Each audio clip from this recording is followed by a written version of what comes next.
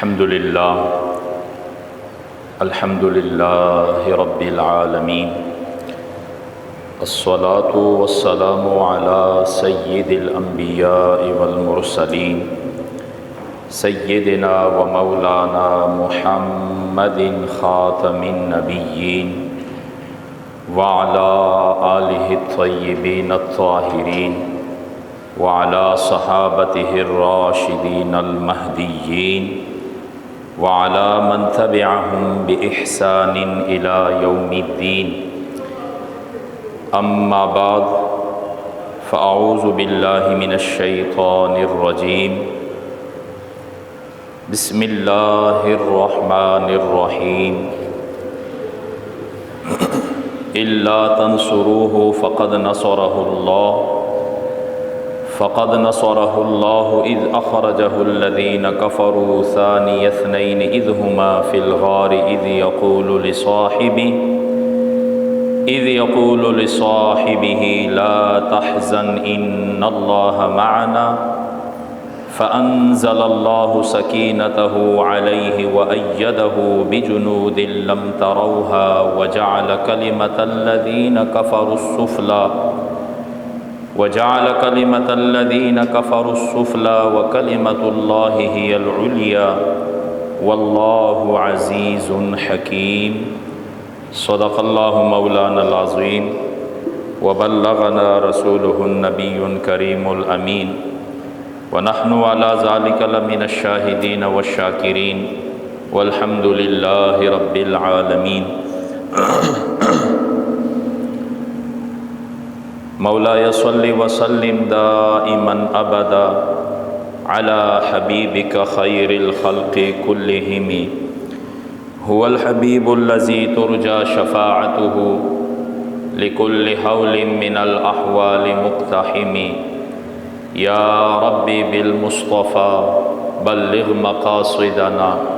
واغفر لنا ما مضى يا واسع الكرم. حمد و صلات کے بعد سورہ توبہ کی ایک آیت نمبر 40 کی تلاوت کا شرف حاصل کیا ہے.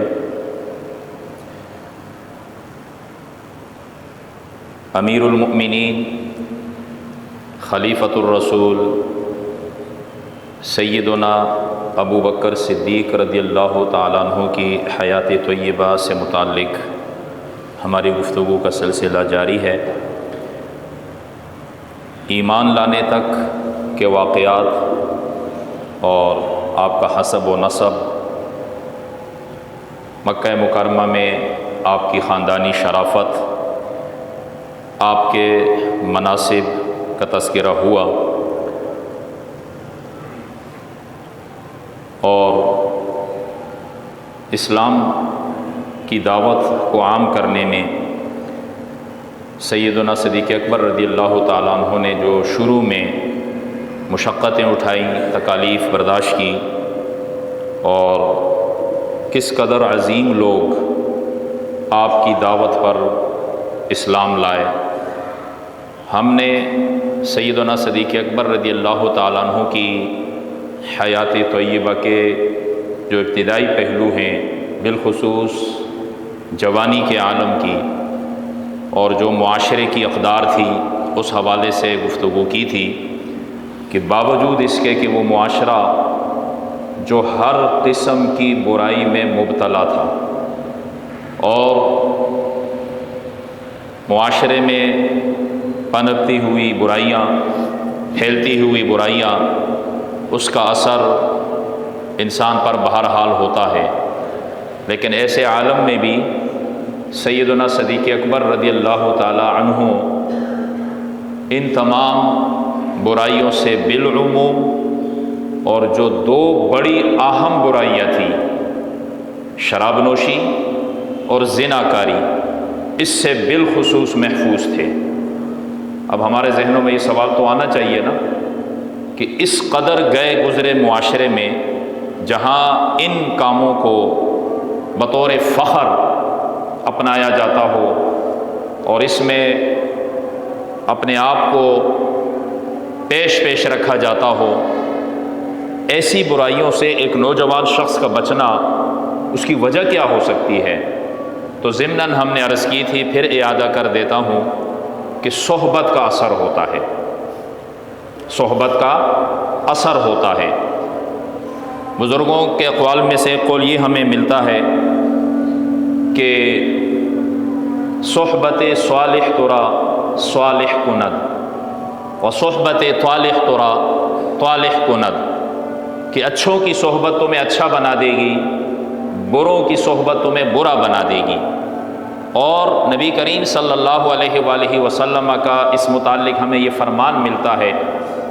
کہ آدمی اپنے دوست کے دین پر ہوتا ہے، کہ جس کے ساتھ اٹھنا بیٹھنا ہے، تعلق ہے، لین دین ہے، معاملات ہیں، بات چیت ہے، دوستی ہے، یاری ہے، اس کا اثر انسان پہ پڑتا ہے۔ اب آپ نے دیکھنا ہے کہ آپ کا تعلق کس سے ہے۔ آپ اگر ایک عطار کی دکان پہ جائیں گے، خوشبو بیچنے والے کی دکان پہ جائیں گے، تو کچھ نہ بھی خریدیں، کچھ خوشبو اور مہک آپ کو لگ ہی جائے گی، آپ ایک مہک کا ایک وہ لے کر آ جائیں گے۔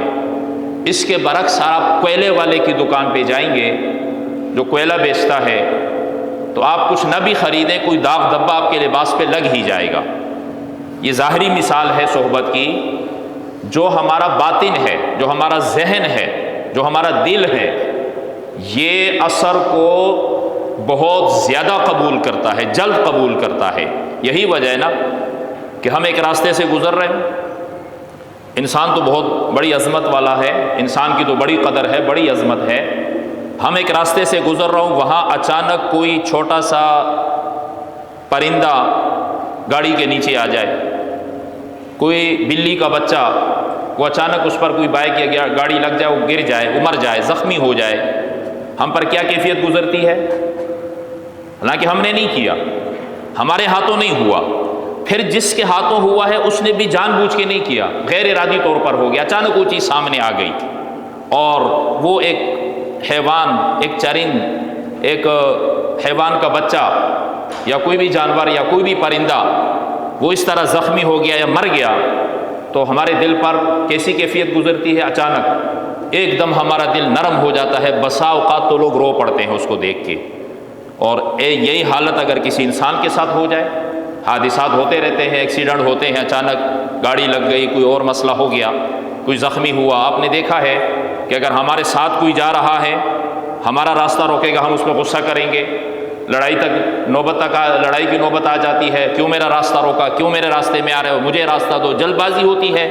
لیکن اسی شخص کو جو آپ کا راستہ روک رہا ہے، جس کی وجہ سے آپ سمجھ رہے ہو کہ مجھے دیر ہو رہی ہے، خدا نخواستہ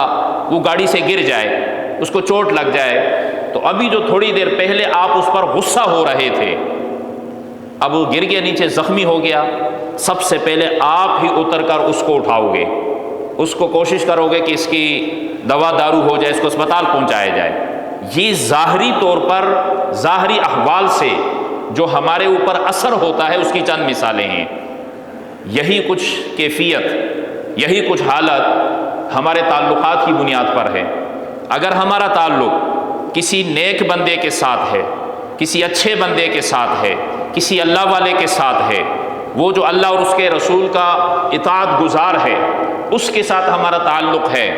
تو اس کی جو صفات ہیں وہ ہم میں غیر ارادی طور پر منتقل ہوں گی۔ اور خدا نخواستہ اگر ہمارا تعلق معاشرے کے برائیوں کے ساتھ ہے، غلط لوگوں کے ساتھ ہے،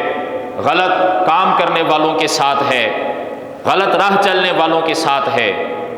تو ظاہر سی بات ہے اس کا بھی ہم پہ اثر ہونا ہے۔ اب یہ جو سوال ہے کہ سیدنا صدیق اکبر رضی اللہ تعالی عنہ اس معاشرے کی اتنی بڑی برائیوں سے کیسے محفوظ رہ گئے، تو ظاہر سی بات ہے آپ اور ہم سب جانتے ہیں کہ ظہور اسلام سے قبل، اسلام کے ظاہر ہونے سے قبل، اعلان نبوت سے قبل، سیدنا صدیق اکبر رضی اللہ تعالیٰ عنہ بہت بڑے تاجر تھے، قبیلے کے چشم و چراغ تھے، سردار تھے، فیصلے کرنے والے تھے، بڑے لوگوں سے تعلقات تھے، لیکن جو قلبی لگاؤ تھا، جو دوستی تھی، جو محبت تھی، وہ کس کے ساتھ تھی؟ سیدنا صدیق اکبر رضی اللہ تعالی عنہ کی دوستی آپ کی محبت، آپ کا قلبی لگاؤ وہ ہمارے آقا و مولا حضور نبی کریم صلی اللہ علیہ وآلہ وسلم کے ساتھ تھی۔ اور اسی معاشرے کا ایک اور فرد جس کو ہم ذو النورین کے لقب سے جانتے ہیں، سیدنا عثمان غنی رضی اللہ تعالیٰ عنہ، ان کی دوستی سیدنا صدیق اکبر رضی اللہ تعالیٰ عنہ کے ساتھ تھی۔ ہماری تاریخ ہمیں بتاتی ہے کہ یہ معاشرہ جس میں یہ ساری برائیاں عام تھیں، اور بالخصوص ام الخبائث یعنی تمام بیماری، تمام برائیوں کی جڑ، تمام گناہوں کی جڑ شراب نوشی، یہ بہت عام تھی۔ ہماری تاریخ ہمیں بتاتی ہے کہ 2 لوگ جنہوں نے اسلام قبول کیا ہے، ان میں سے 2 لوگ اس معاشرے کے، مکے کے معاشرے کے 2 افراد ایسے ہیں جو اسلام لانے سے پہلے بھی ان 2 برائیوں سے محفوظ تھے، شراب نوشی اور زنا کاری سے۔ ان میں ایک نام سیدنا صدیق اکبر رضی اللہ تعالیٰ عنہ کا ہے، اور دوسرا نام سیدنا عثمان غنی رضی اللہ تعالیٰ عنہ کا ہے۔ یہ ہے صحبت کا اثر۔ تو اگر تعلق اور نسبت اچھے لوگوں کے ساتھ ہے، آج ہم یہی رونا رو رہے ہیں کہ جی ہمارے معاشرے میں برائیاں پھیل گئی ہیں، ہم بے حیا ہو گئے ہیں، گناہوں میں مبتلا ہو گئے ہیں، روک نہیں پا رہے ہیں اپنے آپ کو، بچنا مشکل ہو گیا ہے، کیسے ہم بچائیں گے؟ ہمارے ہاں ایک شادی کا پروگرام ہوتا ہے، ایک شادی کا ماحول ہوتا ہے، خاندان کے لوگ ہوتے ہیں، لیکن وہاں جو بے حیائی ہوتی ہے اس سے ہم اپنے آپ کو کیسے روکیں؟ خود ہمارے گھر والے، خود ہمارے بچے اگر اس شادی میں جاتے ہیں تو کیا انداز اختیار ہوتا ہے؟ یہ معاشرے کی وہ بہت ساری برائیاں ہیں جس سے ہم کہہ رہے ہیں کہ بھائی بچنا بہت مشکل ہے۔ ہم کیسے بچائیں اپنے آپ کو، اپنے گھر والوں کو پردہ کیسے کرائیں، اپنی بچیوں کو پردہ کیسے کرائیں؟ شادی میں لے کے جا رہے ہیں تو اللہ معاف کرے، آج کل جو ہمارے ہاں شادیوں میں ہو رہا ہے، جو بے حیائی کے ارتکاب ہو رہے ہیں، جو مرد و زن کا اختلاط ہے، جو گانے باجے ہیں، یہ جو ساری فضولیات ہیں، ہم اپنے بچوں کو کیسے بچائیں؟ اور اگر ہم اپنے بچوں کو اس طرح کا پردہ کرا کے لے جائیں گے تو لوگ بولیں گے یہ تو زمانے قدیم میں رہ رہے ہیں، یہ کون سے زمانے کی روایات ہیں؟ تو اس چیزوں سے ہم اس قدر مغلوب ہو گئے کہ اب ہم اپنے آپ کو ان گناہوں سے بچانے کی ایک طرح سے امید ہی ہماری ختم ہو گئی ہے۔ ہم کوششیں ہم نے چھوڑ دی ہے، نہیں ہمارا بس نہیں چلتا، ہماری کوئی بات نہیں مانی جاتی ہے، اور جو ہے ہم معاشرے میں الگ تھلگ ہو جائیں گے، خاندان سے کٹ جائیں گے، فلاں ہو جائیں گے۔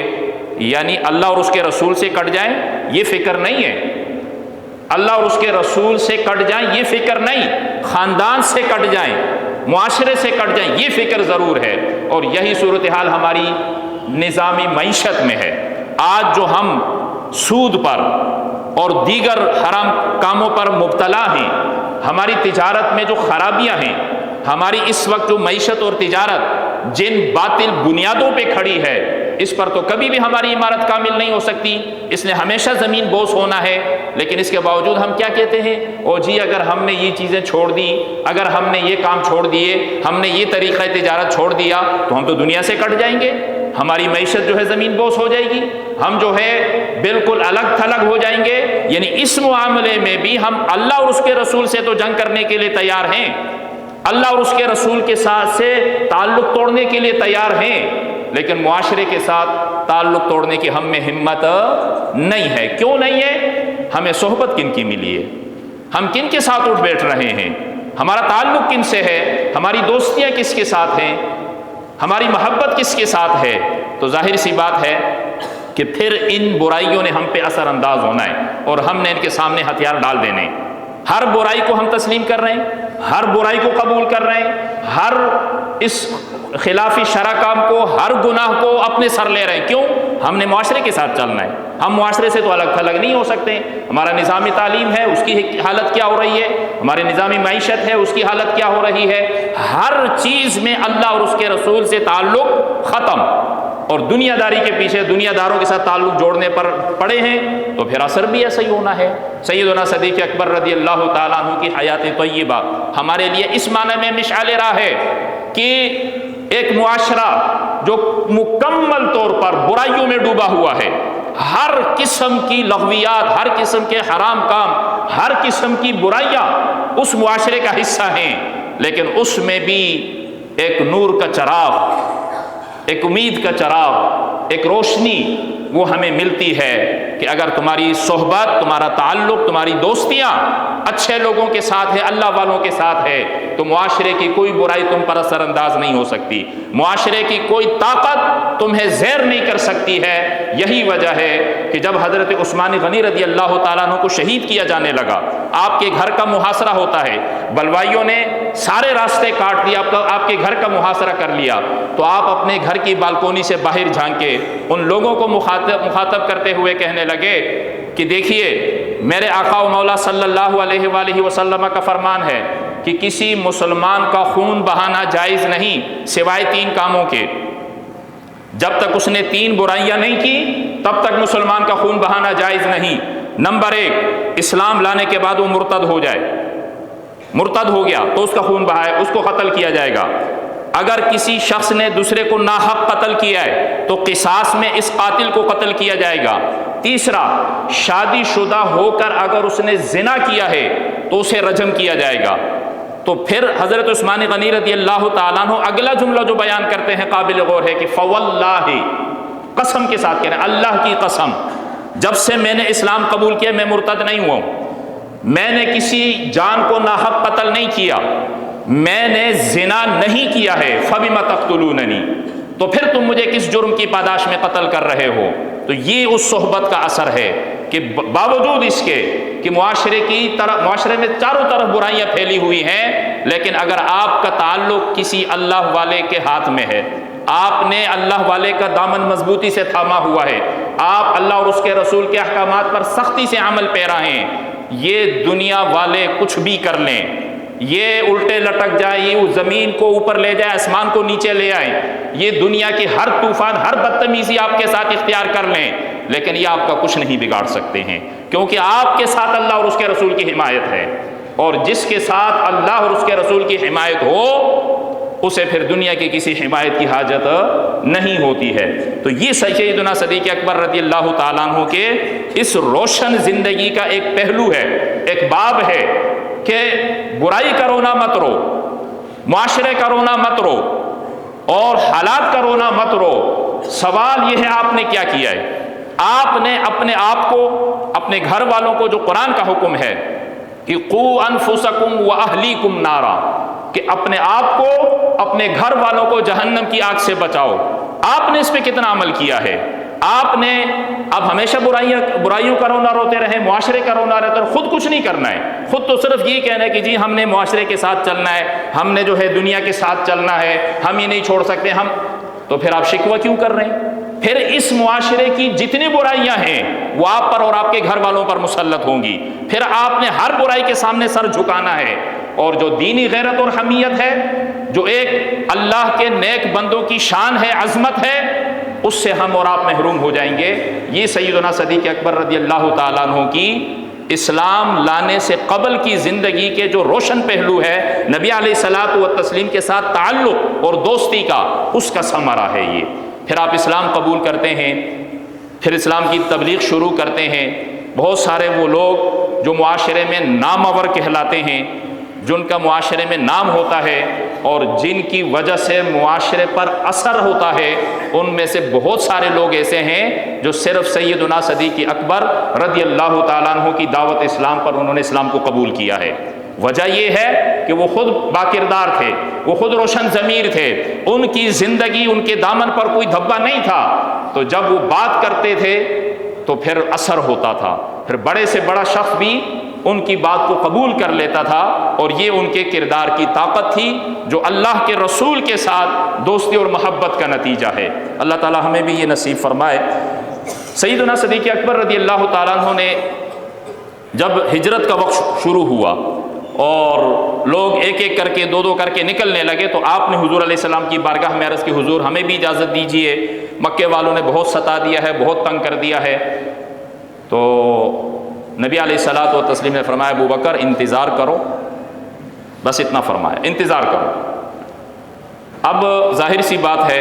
ایک موقع پر نبی علیہ السلام نے خطاب فرمایا تھا، حجۃ الوداع کا موقع ہے، کہ اللہ نے اپنے بندوں میں سے ایک بندے کو یہ اختیار دیا ہے کہ وہ چاہے تو دنیا میں رہے، چاہے آخرت کو اختیار کرے، تو اس بندے نے آخرت کو اختیار کیا۔ آپ نے صرف یہ فرمایا، کسی کا نام نہیں لیا، اپنی طرف بھی اشارہ نہیں کیا، کچھ نہیں بولا، صرف اتنا فرمایا کہ اللہ نے ایک بندے کو اختیار دیا اور اس نے آخرت کو اختیار. جب حضور علیہ السلام کا یہ فرمان سنا تو سارا مجمع ہے صحابہ کا، جب یہ فرمان نبی علیہ السلام کا سنا تو سیدنا صدیق اکبر رضی اللہ تعالیٰ عنہ رونے لگے. پاس کھڑے لوگوں نے کہا اس بوڑھے کو کیا ہو گیا ہے؟ حضور علیہ السلام نے کسی شخص کا ذکر کیا ہے، کسی عام بندے کا ذکر کیا، کسی کا نام تو نہیں لیا، یہ کیوں رو رہا ہے؟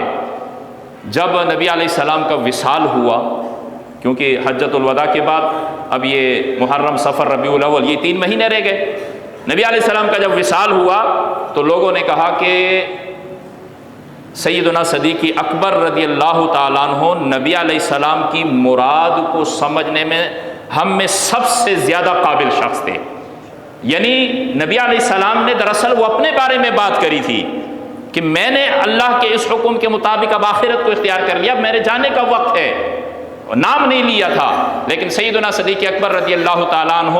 سمجھ گئے کہ حضور کیا فرمانا چاہ رہے ہیں. یہاں جب ہجرت کے موقع پر نبی علیہ السلام نے صرف اتنا فرمایا کہ ابو بکر انتظار کرو، تو ظاہر سی بات ہے دوستی، تعلق، محبت، مودت، اٹھنا بیٹھنا، انسان بہت کچھ بغیر کہے بھی سمجھ جاتا ہے. پھر یہ دوستی کا نتیجہ ہے. تو سیدنا صدیق اکبر رضی اللہ تعالیٰ عنہ سمجھ گئے کہ نبی علیہ الصلاۃ والتسلیم مجھے اس سفر ہجرت میں اپنا ساتھی بنانا چاہتے ہیں. اسی لیے سیدنا صدیق اکبر رضی اللہ تعالیٰ عنہ نے اس سفر ہجرت کے لیے اس فرمان کے بعد پہلے ایک اونٹ تیار کیا تھا کہ میں اس پہ نکل جاؤں گا، لیکن جب یہ فرمان سنا تو پھر 2 اونٹنیاں تیار کی اور اس انتظار میں رہے. حضرت عائشہ صدیقہ رضی اللہ تعالیٰ عنہ بیان کرتی ہیں کہ ہمارے والد گرامی بس اس انتظار میں رہتے تھے کہ دروازے کی طرف دیکھتے تھے کہ کب حضور کا حکم آتا ہے اور کب ہم نے سفر پہ نکلنا ہے.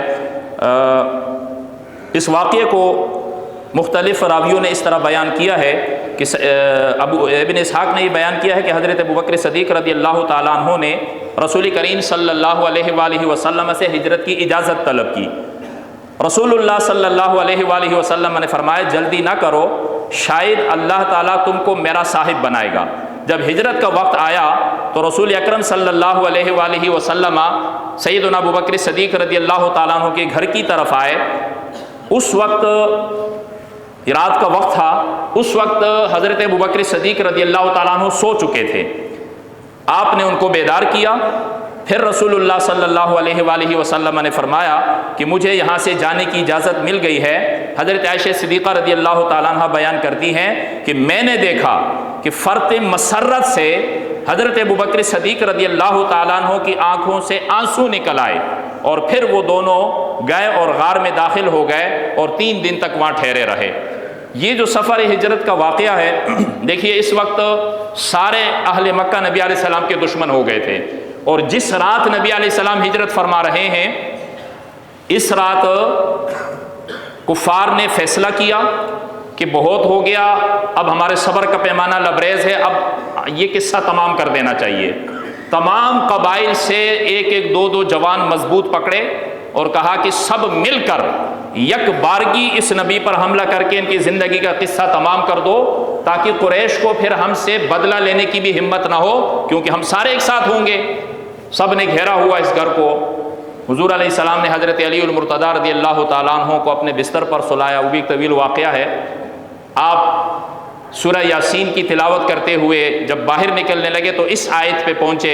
وَجَعَلْنَا مِن بَيْنِ أَيْدِيهِمْ سَدًّا وَمِنْ خَلْفِهِمْ سَدًّا فَأَغْشَيْنَاهُمْ فَهُمْ لَا يُبْصِرُونَ. اللہ تبارک و تعالیٰ نے ان محاصرہ کرنے والوں کی آنکھوں پہ پردہ ڈال دیا. انہیں نبی علیہ السلام کے گزرنے کا احساس تک نہیں ہوا. نبی علیہ السلام وہاں سے نکلے، ابو بکر کا ساتھ لے کر غار میں گئے. سیدنا صدیق اکبر رضی اللہ تعالیٰ عنہ کی زندگی کے بہت سارے دن ایسے ہیں جن پر امت ناز کرتی ہے. ان میں سے ایک دن یہ غار ثور ہے، اس میں ٹھہرنے کے جو دن ہیں جس کو سیدنا عمر فاروق رضی اللہ تعالیٰ عنہ تمنا کیا کرتے تھے کہ ان 3 راتوں کا ثواب اگر عمر کو مل جائے تو دنیا اور آخرت سنور جائے گی. ہوا کیا تھا؟ آپ نے یہ واقعہ بارہا سنا ہے. میں ضمناً ایک جملہ عرض کرنا چاہتا ہوں کہ اصل سیدنا صدیق اکبر رضی اللہ تعالیٰ عنہ کی عظمت اور فضیلت کیا ہے. سیدنا صدیق اکبر رضی اللہ تعالیٰ عنہ